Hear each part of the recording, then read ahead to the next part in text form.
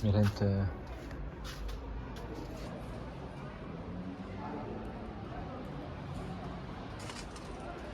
den 19.12.2022. Ich kann kurz was einkaufen. Ich mache schon ein kurzes Naturvideo, aber nein, das war nichts.